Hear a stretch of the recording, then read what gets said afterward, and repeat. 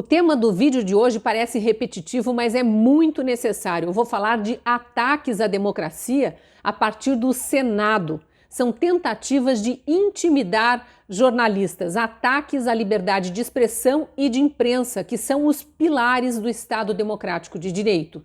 Não é de hoje que eu venho falando disso. Eu e muitas outras pessoas preocupadas com o autoritarismo que ronda o Brasil, mas não é aquele autoritarismo por parte do governo alardeado pela oposição em narrativas vazias, e sim o autoritarismo que parte de outros poderes, do judiciário e agora do legislativo. Eu sou a Cristina Grêmio, colunista da Gazeta do Povo, e nesse vídeo vou falar como a censura praticada por ministros do STF em 2019 pode ter sido o estopim para o que estamos vendo ser feito agora, sem nenhum constrangimento por parte de alguns senadores da CPI da Covid.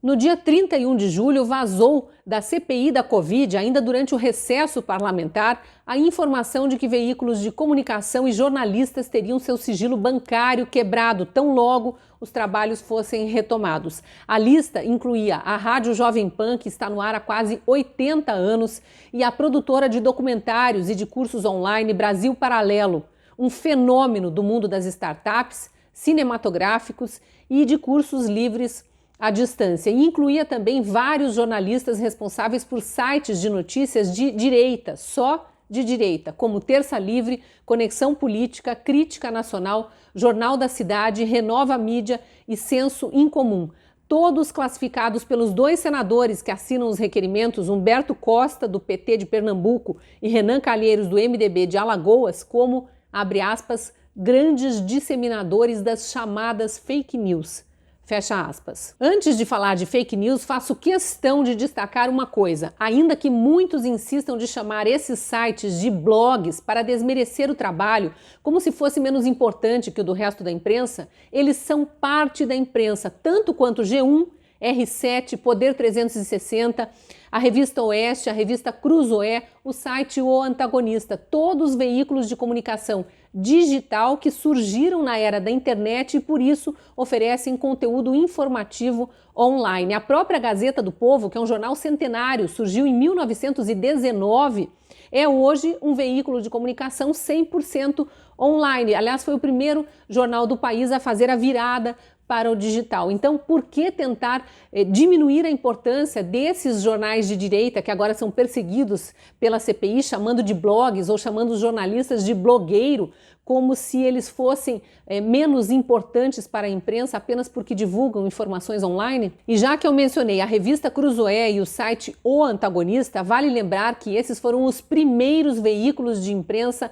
censurados que sofreram ataque à liberdade de imprensa em todos esses anos de democracia. E foi antes da pandemia, por parte de outro poder que não o legislativo, o Senado, como acontece agora. A Cruzoé e o site O Antagonista foram obrigados a apagar conteúdo e sofreram forte pressão por ordem de um ministro do STF, Alexandre de Moraes. Foi naquela edição em que divulgaram que na delação à Lava Jato, o empreiteiro Marcelo Odebrecht fez uma referência ao então presidente do STF, ministro Dias Toffoli, dizendo que ele era o amigo do meu pai.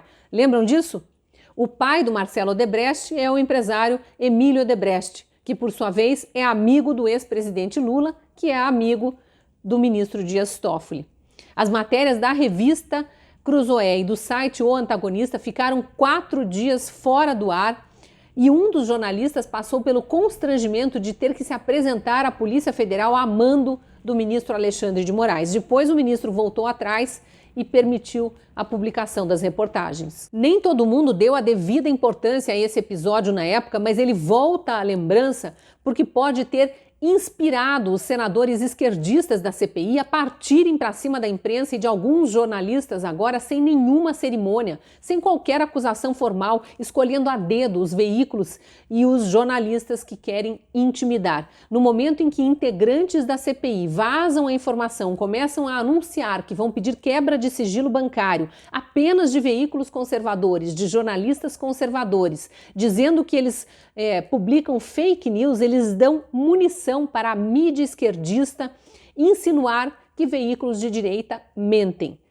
Isso mostra, mais uma vez, que a CPI da Covid não está interessada em investigar nada relativo à pandemia, quer apenas perseguir quem considera aliados do governo para enfraquecer o presidente da República. E por que eu digo isso? Porque quando os veículos que supostamente teriam o sigilo quebrado foram atrás da informação, descobriram que não havia qualquer acusação formal contra eles, apenas essa generalização de que eles são produtores de fake news, o que quer dizer que a CPI, que foi instaurada para apurar possíveis ações e omissões do governo federal na pandemia, está atirando para tudo que é lado, está desviando o foco da missão original. Aí muita gente que sequer tinha informações detalhadas sobre os pedidos de quebra de sigilo bancário correu para as redes sociais para difamar os veículos de comunicação e os jornalistas, dizendo que eles produzem sim notícias falsas e que isso faz as pessoas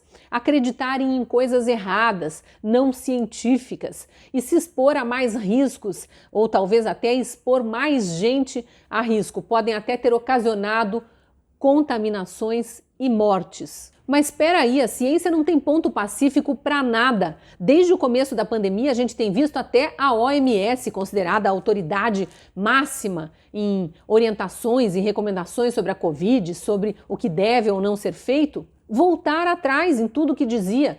E isso é até normal em se tratando de pandemia, é uma doença nova. Conforme vai se descobrindo mais sobre a doença, há mesmo diretrizes que precisam ser revistas. Assim, já houve informações contraditórias sobre as formas de se contrair Covid, as formas de se prevenir, sobre lockdown e até aquela famosa recomendação para que os países tomassem cuidado ao fechar a economia, porque mais gente morreria de fome do que de Covid. Se a OMS afirmou coisas que depois não se configuraram certas, como acusar este ou aquele veículo de comunicação ou jornalista de ter mentido? E aí a gente começa a olhar e ver que os alvos são só veículos de direita, como aliás já vem acontecendo há tempos nas redes sociais. Conservadores são censurados, têm os perfis e os canais punidos e são até banidos, um atrás do outro, por supostamente divulgarem informações incorretas. Mas os progressistas mentirosos estão à solta,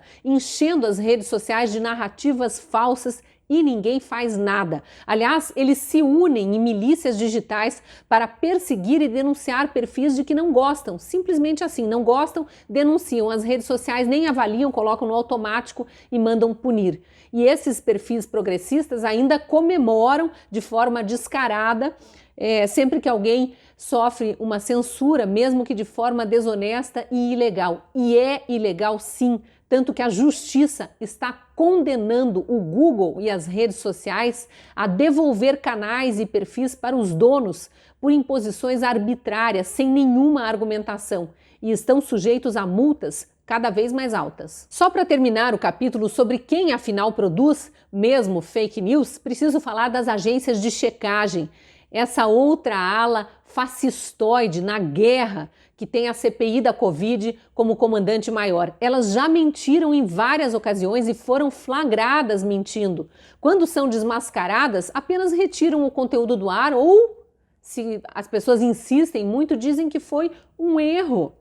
Erraram ou mentiram quando disseram que o empresário Luciano Hang não tinha doado oxigênio para Manaus, para os hospitais de Manaus, no auge daquela crise de saúde na cidade. Se foi um erro, foi porque simplesmente não sabem fazer jornalismo, que é fazer o serviço mais básico, mais elementar, que é apurar informação. Se tivessem apurado, não teriam mentido. Depois que o empresário divulgou notas fiscais de compra de cilindros de oxigênio e de compra de combustível de aviação para pagar o transporte dos cilindros até Manaus, correram com o rabo entre as pernas para apagar o conteúdo que tinham publicado. Por que essas agências não entram na mira da CPI?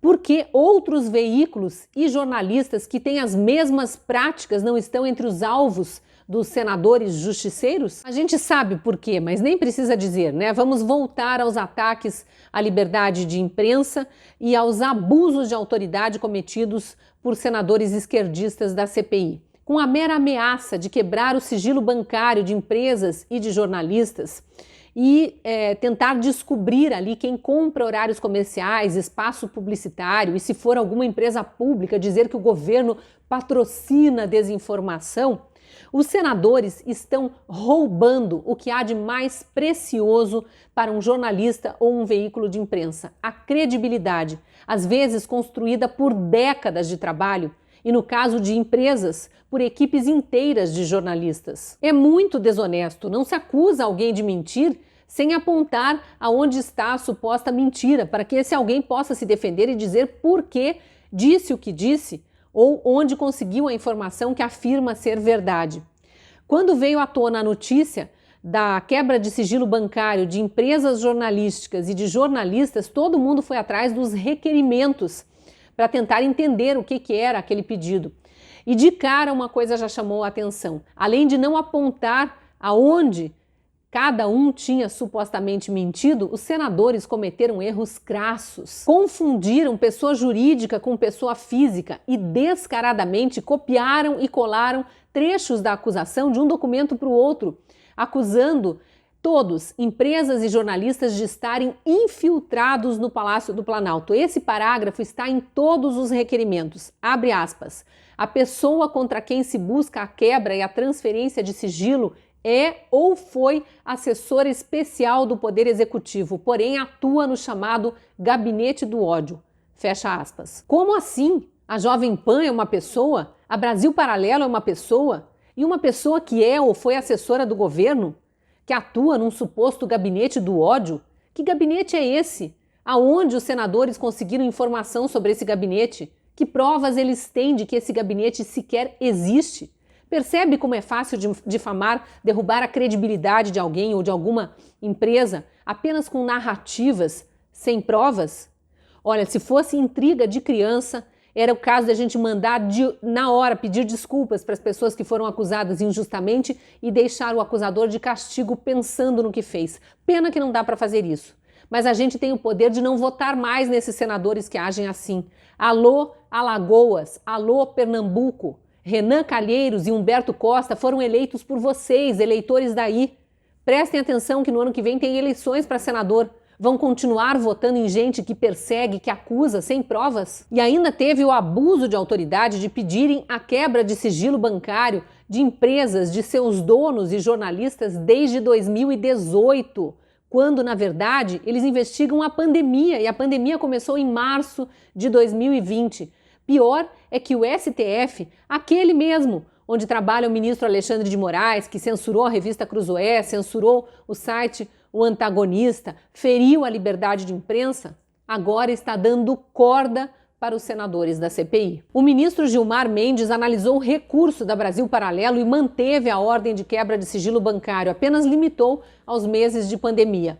Assim, assumiu que é legítimo os senadores da CPI perseguirem empresas e jornalistas, alegando que são produtores de notícias falsas, sem qualquer prova, sem ao menos indícios de que possam ter sido responsáveis por qualquer ação que tenha levado o governo a cometer erros no combate à Covid. E validou que tudo bem perseguir de forma direcionada apenas veículos, empresas, jornalistas conservadores. Provas de que estamos mesmo vivendo sob um autoritarismo, mas um autoritarismo, uma tirania do judiciário e do legislativo, dos tribunais e das casas que deveriam apenas fazer leis e investigar, claro, os poderes, os outros poderes, como é sua prerrogativa, mas não de forma direcionada. Termino com uma consideração feita por um dos fundadores da empresa Brasil Paralelo durante uma entrevista à Gazeta do Povo, Henrique Viana, falando sobre outro absurdo, o fato de a CPI ter voltado atrás no pedido de quebra de sigilo bancário da Rádio Jovem Pan, mas ter mantido todos os outros. Ele disse, abre aspas, não pode existir diferença se a empresa é mais agressiva ou menos agressiva, se ela é menor ou maior, se ela é mais profissional ou mais amadora, não importa. A liberdade de expressão no Brasil existe ou não existe? Qualquer pessoa que defenda que existe uma diferença entre a Jovem Pan e os outros sites é contra a liberdade de expressão no Brasil. Fecha aspas. E você, como se sente diante de tantas evidências de uma tirania real e não de um fascismo imaginário? Deixa aí seu comentário. Se gostou do vídeo, curta, compartilhe para ele chegar a mais gente. E caso ainda não seja nosso assinante, você pode se tornar assinante através desse QR Code que aparece na tela. Ali tem uma promoção. Eu te convido a assinar a Gazeta do Povo para dar apoio a esse jornalismo único no Brasil, que defende a liberdade de imprensa, que defende a liberdade de expressão de forma aberta e não às escondidas, como tantos outros fazem hoje em dia. Te espero lá na Gazeta.